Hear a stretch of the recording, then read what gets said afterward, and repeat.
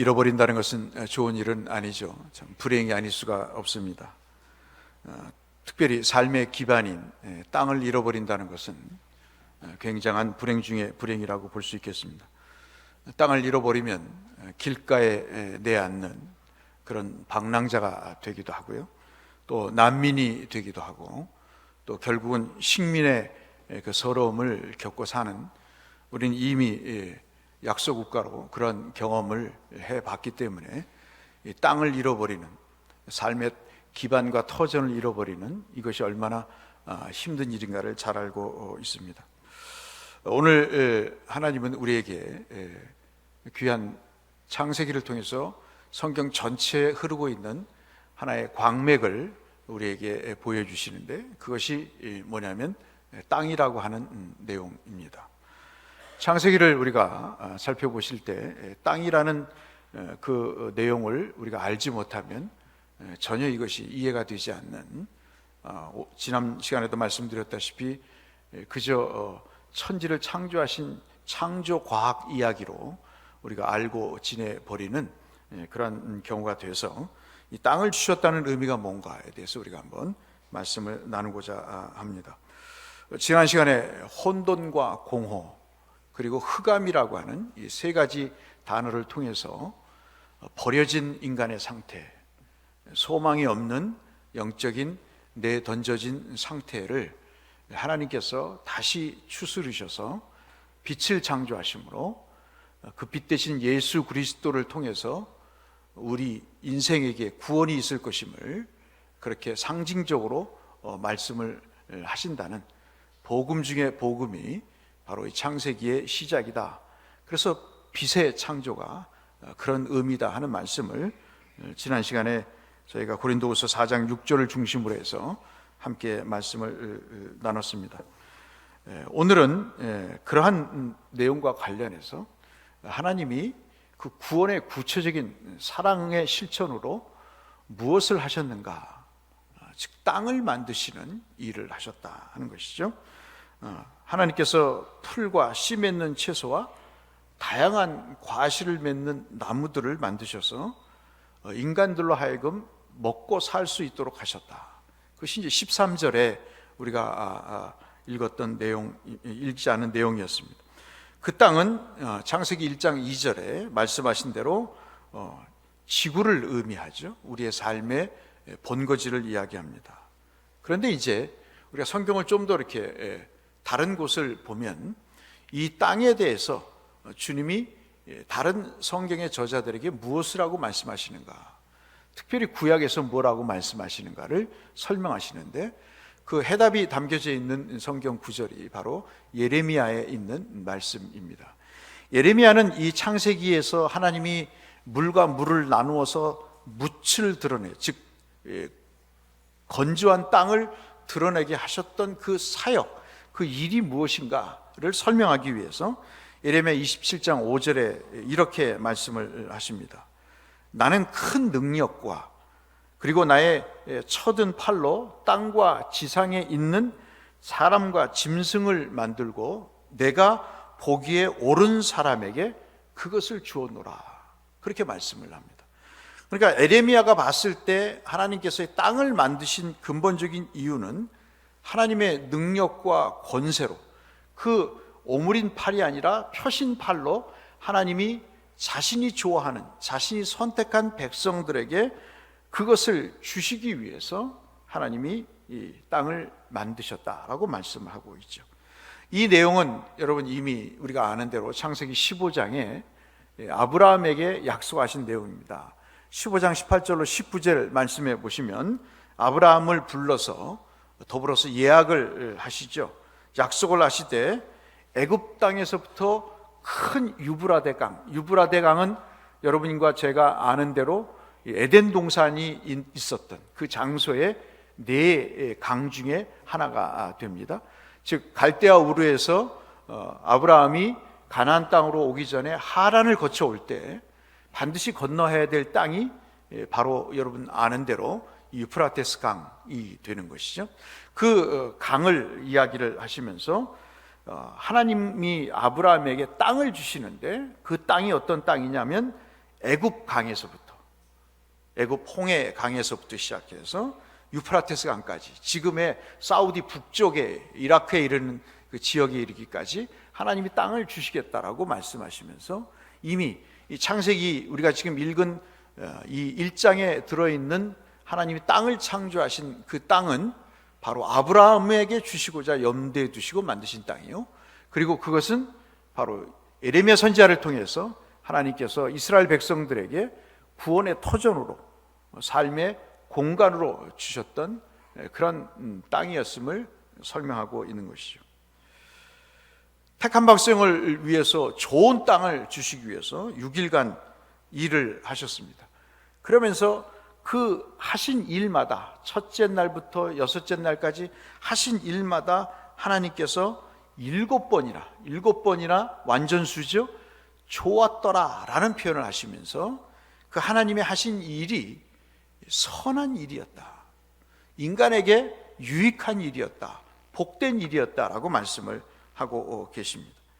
첫째 날부터 여섯째 날까지는 여러분 많이 들어보셔서 아시다시피 첫째 날부터 셋째 날은 하나님이 공간을 만드시는 거죠. 스페이스를 만드셔서 예를 들어서 어떤 틀을 만드시고 기초를 만드시는 거죠. 무대와 같은 이런 기반을 만드시고 하늘과 같은 어떤 공간을 만드셔서 그렇게 사람들로 하여금 살아갈 수 있는 공간을 창조하십니다. 그래서 빛과 광명과 여러분 아시는 물과 궁창을 이렇게 만드시는 것이죠. 그래서 세상 사람들은, 옛날 사람들은 우리는 바다가 이 땅과 붙어 있지만 옛날 고대 사람들은 하늘에 물이 있다고 생각을 했습니다. 그래서 돔 형식의, 이렇게 둥근 돔 형식의 지상 세계를 생각을 했던 것이죠. 그래서 그 물이 쏟아지는 현상을 노아의 홍수에서 그렇게 설명을 하고 있습니다. 우리는 사실 뭐 그렇게 알고 있지는 않습니다만은 자관 그렇습니다. 그래서 넷째 날부터 여섯째 날은 그 공간 속에 광명을 만드시고 빛을 만드시고 물과 궁창을 만드시는 그 스페이스 속에 무언가를 채워 넣으셔야 된다 생각을 하셨던 거죠.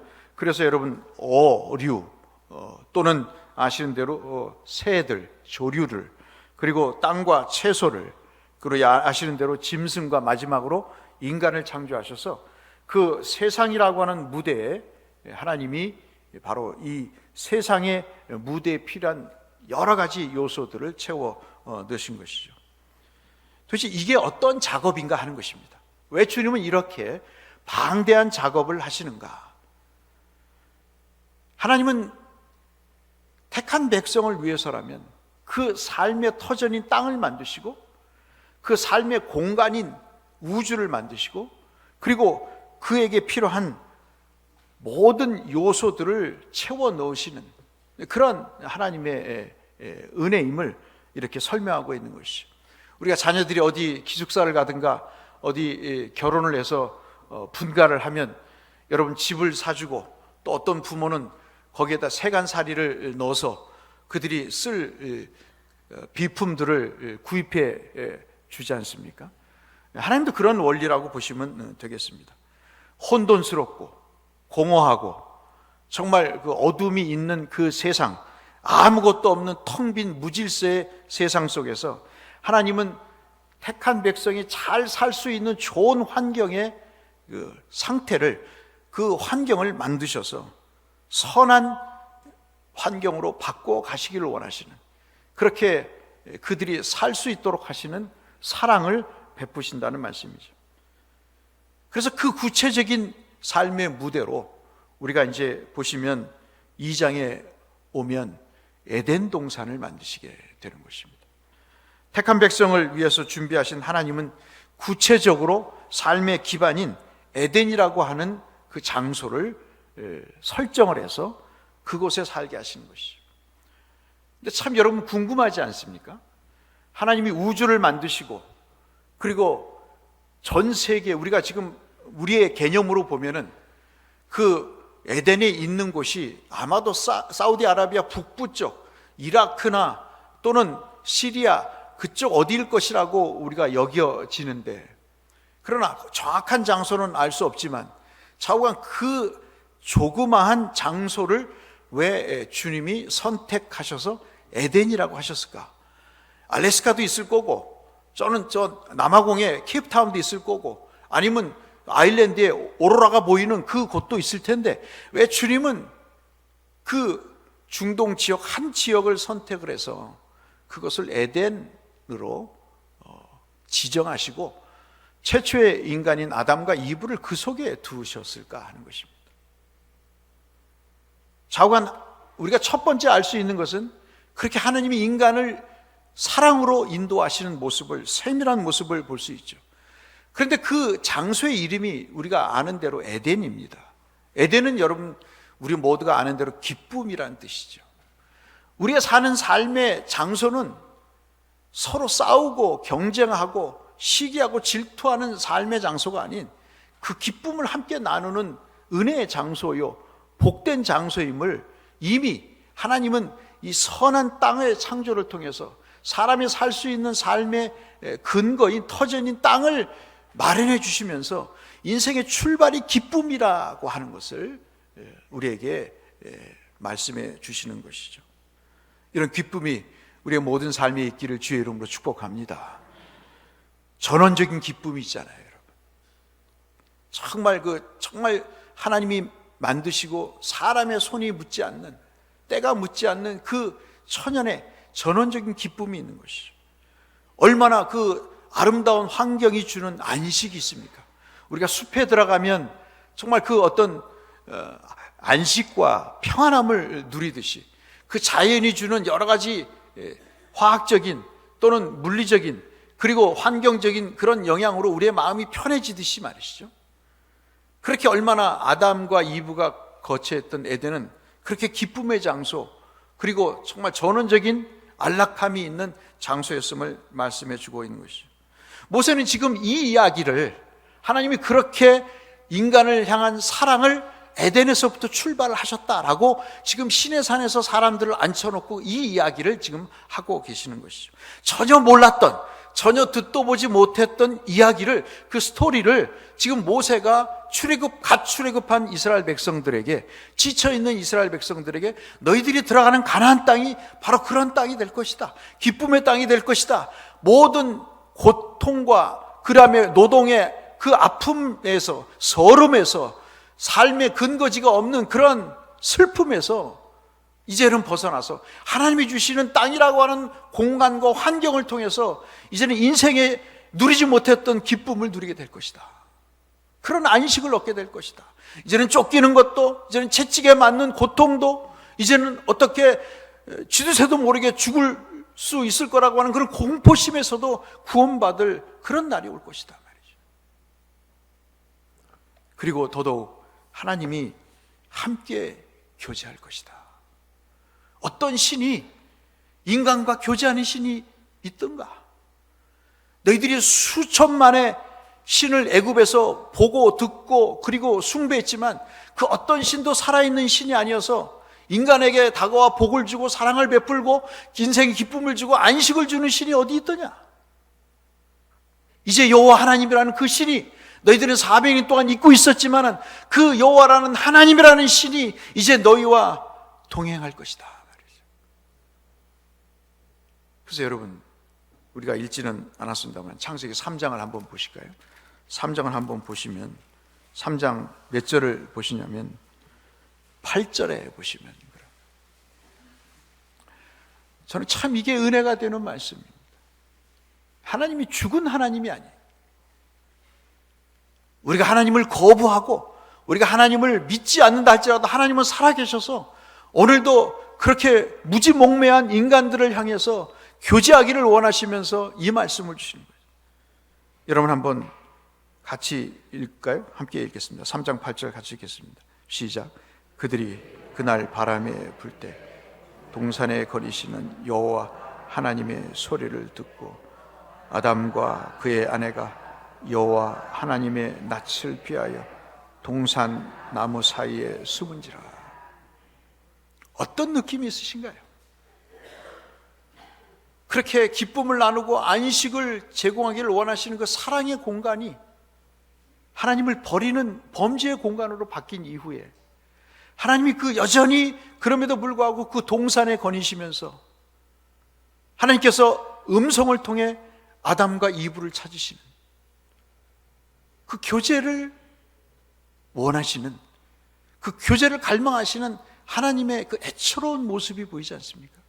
우리는 돈 때문에 여러 가지 삶에서 하나님을 잊고 살고, 공부 때문에 하나님을 저버리고, 어떠한 인간관계 때문에 하나님을 포기하고 살지만, 하나님은 여전히 우리의 삶이라고 하는 그 삶의 공간인 에덴이라고 하는 영적인 공간 속에서, 우리 심령 속에서 여전히 하나님은 거니시면서 아무개야 이름을 부르시면서 그 하나님이 여러분과 저와 교제하기를 원하시는 그 음성을 지금도 하고 계시지 않으신가요? 근데 우리는 그 삶의 현장에서 여전히 못될 짓을 하고, 여전히 하나님을 저버리고, 오히려 하나님과 정면으로 대면해서 하나님의 그 주시는 은혜와 기쁨을 누리지 못하고 그 낯을 피하여서, 아니 심지어는 낯을 피하는 그런 순수함도 잊어버린 채 이제는 떳떳하게 하나님을 고백하지도 않고 하나님을 인정하지도 않고 거부하며 사는 그 인생을 살고 있지 않는가요? 지금 모세는 그 모든 역사적인 사항들을 성령을 통해서 깨닫고 그 영감을 받아서 자기도 태어나기 전에 있었던 일들을 하나님의 영감을 받고 그 스토리를 지금 사람들을 앉혀놓고 설명을 하고 있는 것이죠. 그래서 에덴은 생명이 있는 곳이요, 평화가 있는 곳이요, 죄와 죽음의 어둠의 그림자는 찾아볼 수 없는 그런 곳임을 3장 22절에도, 요한계시록 21장 8절에도 말씀을 하고 있는 것이죠. 여러분, 우리가 이 말씀을 들으면서 간절히 기도하십시다. 우리가 하나님 앞에 마음을 다잡고 우리가 하나님 앞에 다짐하고 또 다짐해야 될 일은, 주여 내 가정이, 내 삶의 터전이, 내 교회가 에덴이 되게 하여 주시옵소서. 하나님의 낯을 피하고 하나님을 거역하고 하나님을 불신하고 믿는 것 같지만 믿지 않는 삶으로 인해서 하나님의 낯을 피하여 하나님과 교제가 끊어지고 하나님의 음성이 언제부턴가 들려지지 않고 하나님의 뜻을 알지 못하는, 자기 뜻대로 사는 그런 삶이 아닌 동산에 거니시는 주님을 내가 찾아가서 만나 뵙고 그분의 얼굴을 똑바로 쳐다보면서, 오늘도 주님이 내게 복을 주지 아니하시면 내 인생은 허무할 수밖에 없습니다. 내 인생은 혼돈할 수밖에 없습니다. 내 인생은 공허할 수밖에 없습니다. 내 인생은 깊은 흑암에 빠질 수밖에 없습니다. 내가 주의 낯을 구하오니 주여 내게 얼굴을 돌리사 내 종의 얼굴을 보시고 나를 돌아보사 나의 궁핍함을 아시고 나의 죄악됨을 돌아보사 나를 새롭게 하시는 하나님의 은혜가 있게 하옵소서. 그런 영적인 교제를, 이 창세기를 우리가 함께 나눌 때 만나시는 은혜가 있기를 주의 이름으로 축복합니다. 그러면서 1장 28절에 역시 읽지 않았습니다마는 복을 주신다 그랬어요. 오직 인간에게만 복을 주셨어요. 창세기 1장 28절에 하나님이 그들에게 복을 주시며 하나님이 그들에게 이르시되 생육하고 번성하여 땅에 충만하라, 땅을 정복하라, 바다의 물고기와 하늘의 새와 땅에 움직이는 모든 생물들을 다스리라 하시니라. 복이 뭡니까 여러분? 에이, 하나님이 지금도 5만 원권 한 20묶음을 한번 주시면 내가 평생 한이 없겠네, 그런 복인가요? 여기서 복은 그런 복이 아닙니다 여러분. 여기서의 복은 무릎을 꿇다라는 뜻입니다. 이 복이라고 하는 바라크라는 이 히브리 말은 무릎을 꿇는 거예요.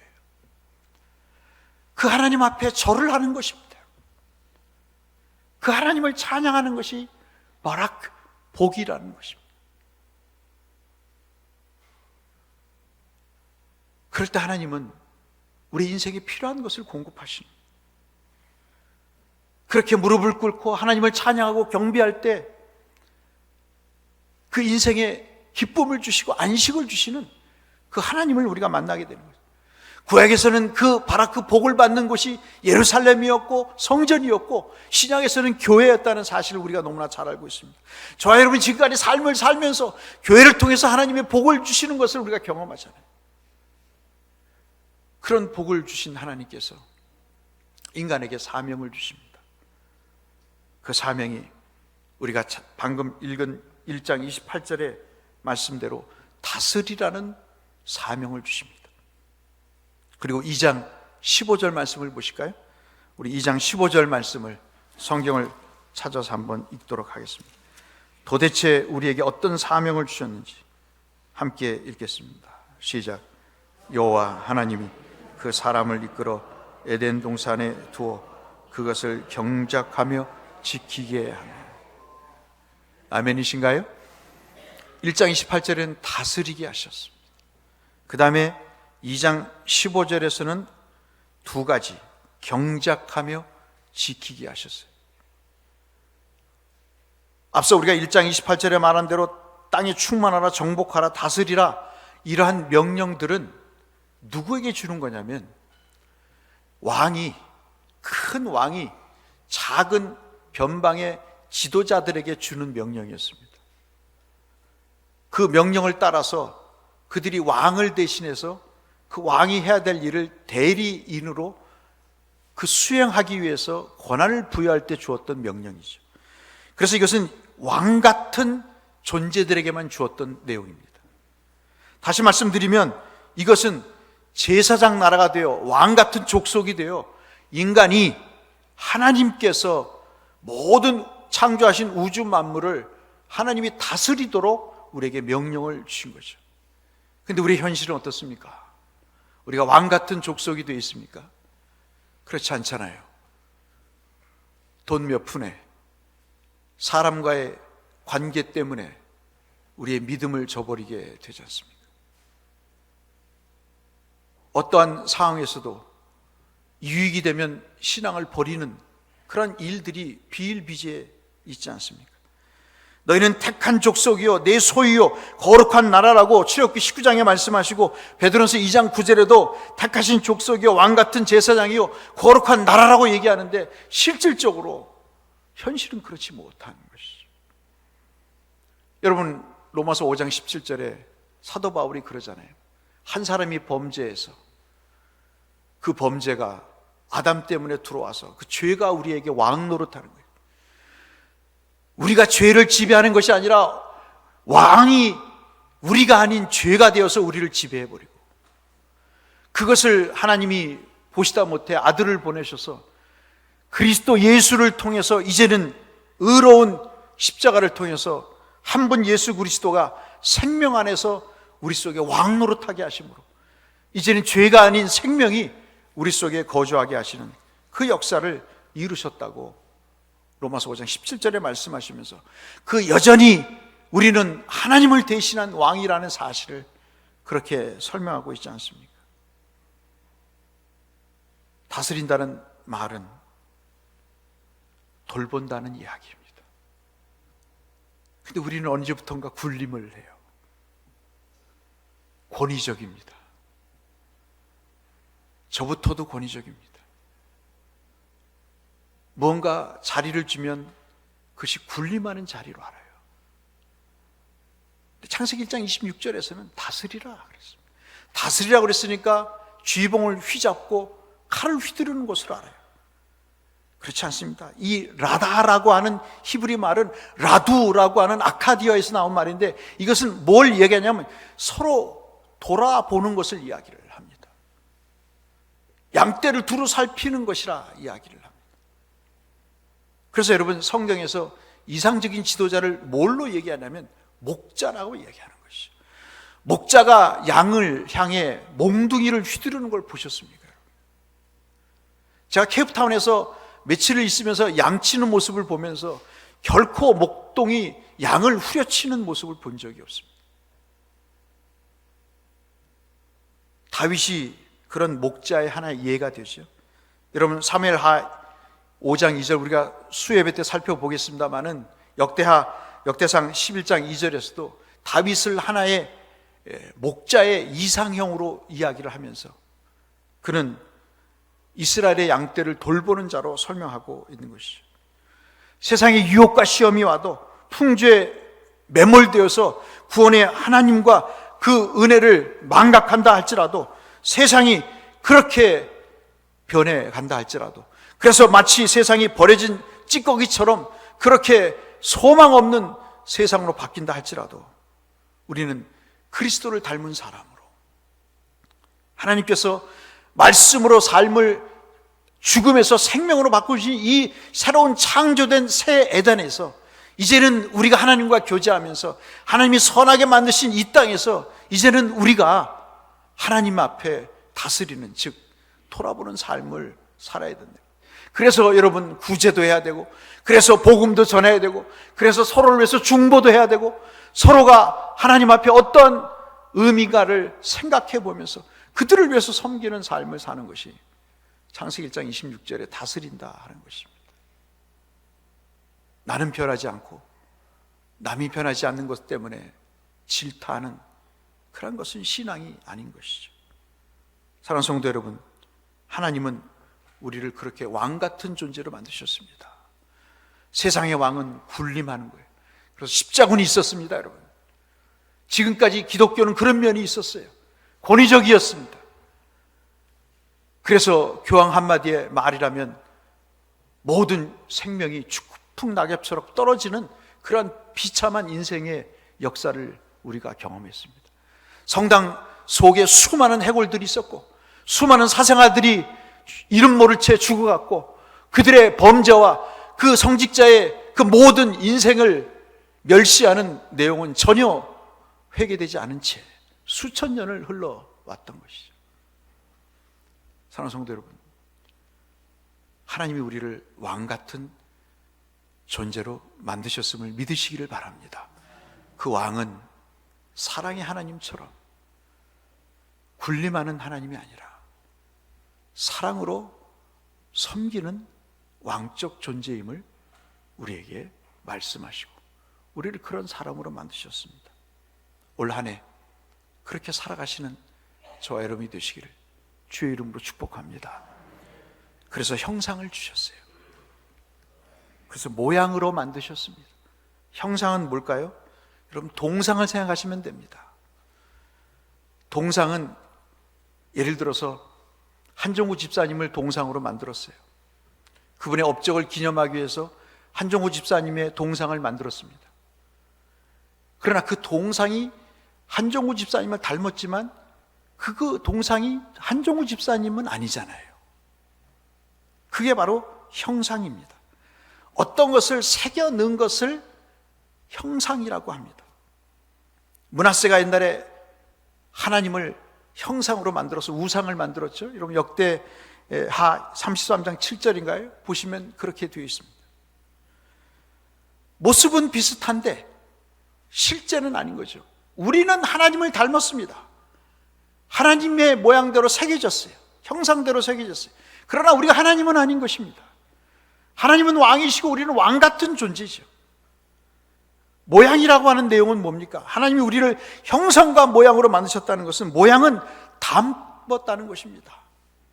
여러분, 옛날에 고대 왕이 앞서 말씀드린 대로 변방에 어떤 부하를 파송할 때 옛날에 조선시대에 마패를 주셨지 않습니까?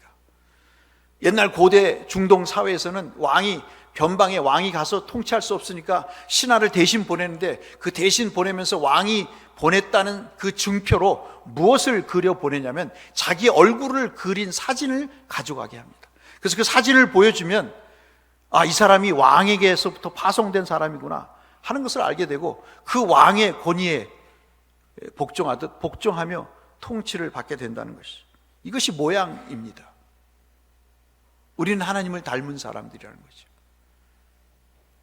암흑에 아버지와 아들이 갑니다. 근데 여러분, 그거 느끼잖아요. 멀리서 봐도 저 누구의 아들이네? 학근이가 우리 오집사님을 많이 닮았어요. 멀리서 봐도 우리는 오학근이를 보면 누구의 자제인가를 압니까? 오집사님의 자제인 걸 아는 거예요. 왜냐하면 오집사님의 DNA를 받았기 때문에 그런 것입니다. 우리는 누구의 DNA를 받았습니까? 하나님의 DNA를 받았잖아요. 그래서 여러분, 골로새 1장 15절에 하나님이 보이지 않는 예수 그리스도를 보이지 않는 하나님의 형상이라고 말씀하고, 요한복음 14장 9절에서 빌립이 하나님을 보여달라고 그럴 때, 야, 그렇게 오래 있었는데 네가 하나님을 보여달라고 하느냐? 나를 그렇게 봐놓고도 네가 아버지를 보여달라고 하느냐? 이 답답한 친구야. 내가 하나님이야. 내가 하나님의 형상을 닮은 하나님이야. 여러분, 요한복음 12장 45절로 나를 보는 자는 나를 보내신 이를 보는 것이다, 그렇게 말씀하고 있지 않습니까? 그래서 맏아들이 되겠다 하셨어요. 우리를 그렇게 맏아들이 되게 하셨다는 거예요. 여러 아들이 있는데 맏아들 이야기할 때는 뭐죠? 무언가를 물려받은 사람을 맏아들이라고 그러지 않습니까? 로마서 8장 29절에 하나님이 미리 아신 자들을, 택한 백성을 또한 그 아들의 형상을 본받게 하기 위하여 미리 정하시고 이는 그로 많은 형제 중에서 맏아들이 되게 하셨습니다. 우리는 하나님의 DNA와 하나님의 모양을 닮은 그러한 사람들이라는 것이죠. 사랑하는 성도 여러분, 우리는 우리 삶을 통해서 이제 하나님을 드러내야 됩니다. 우리 걸음걸이를 보면서 저 사람 예수 믿는 사람이구나 하는 것을 보여줘야 된다는 것이죠. 우리가 어떤 행동을 하든 그 삶의 공간 속에서 나타나는 내 모습을 통해서 하나님이 보여져야 된다는 것입니다. 이것이 바로 땅을 창조하신 하나님의 형상과 모양으로 만드신 그 공간 속에 살게 하신 하나님의 백성들의 사명이라고 우리에게 말씀하고 있습니다. 그 사람만이 경작할 수 있다 합니다. 그 사람만이 바로 지킬 수 있는 사람이 되는 거죠. 경작이 뭡니까? 땅을 파고 씨를 뿌리는 게 경작이 아닙니다. 여기에서 말하는 경작은 예배한다는 것입니다. 그리고 지킨다는 것은 하나님이 주신 그 삶의 공간을, 그 뜻을 파괴하지 않고 아담과 이브처럼 범죄하지 않고 하나님의 그 뜻을 지켜 나간다는 것이죠. 오늘 주님은 우리에게 새로운 에덴을 만드셨습니다. 그리고 지금 주님은 마치 영적인 신의 산 앞에 우리를 앉혀 놓으시고 하나님이 이렇게 너희들을 위해서 땅을 만드셨다, 너희들을 위해서 땅을 만드신 이 공간을 통해서 너희들은 나의 형상과 모양대로 창조됐으니 맏아들로 왕같은 존재로 세움받았으니 이제 너의 삶을 통해서 내 뜻과 내 모습이 드러나는 삶을 살아라오. 아담은 실패했지만, 유다는 실패했지만, 그러나 이제 영적으로 들어가야 될 가나안 땅에서는 하나님께서 원하시는 그런 삶을 살아다오. 주님이 우리에게 말씀하시는 그런 맥락에서 우리에게 땅을 주셨습니다. 이 말씀을 어길 때 아담은 에덴 동산에서 추방됐죠. 그리고 잘 아시는 대로 출애굽 1세대는 가나안 땅에 들어가지 못했습니다. 그리고 더 몇백 년이 지난 이후에 유다와 이스라엘은 이 하나님의 뜻을 거역함으로 포로 생활을 하게 되죠. 아수르와 바벨론에게, 로마에게 식민지가 되어버리고 맙니다. 모세는 이것을 내다본 것이죠. 사랑하는 성도 여러분, 우리는 땅을 빼앗겨서는 안 됩니다. 하나님 우리에게 주시는 기쁨의 이 터전을 빼앗겨서는 안 됩니다. 그러기 위해서는 하나님의 닮은 모습의 그 내용들을 오늘이라고 하는 우리의 삶의 공간 속에서, 우리가 발을 딛고 사는 이 땅에서 우리가 그 하나님을 드러내는, 하나님의 뜻에 순종하는 그런 삶을 사실 때 하나님은 우리의 땅을 더 복되게 하시고 우리의 먹을 것과 쓸 것을 채우실 뿐만 아니라 우리를 더 왕같은 존재로 세워가실 것입니다. 이것이 창세기에서 말씀하시는 땅을 만드시는 내용입니다. 짧은 시간에 이 방대한 내용을 여러분에게 말씀드리는 것이 과부하가 걸릴지 모르지만 하나만 기억하시죠. 하나님은 나를 그렇게 하나님을 닮은 사람으로 만드셔서 오늘도 하나님과 교제하기를 원하시고 그 뜻을 수행해서 이 세상에, 어두운 세상에 하나님을 드러내서 믿음 없는 자가 아닌 믿음 있는 자처럼 살아서 하나님의 영광된 구원을 선포하기를 원하시는 그 삶을 살도록 우리에게 당부하신다는 사실을 기억하시면서 주여, 오늘의 우리의 삶이 그 터전이 에덴이 되게 하옵시고 새하늘과 새 땅이 장차 천국에서 이루어질 거지만 2020년을 살아가는 우리의 가정과 교회와 일터가 그런 새 에덴이 되게 하여 주옵소서. 기도하시는 저와 여러분이 되시고 응답의 은혜를 누리시는 모든 복된 성도님들 되시기를 주의 이름으로 축복합니다.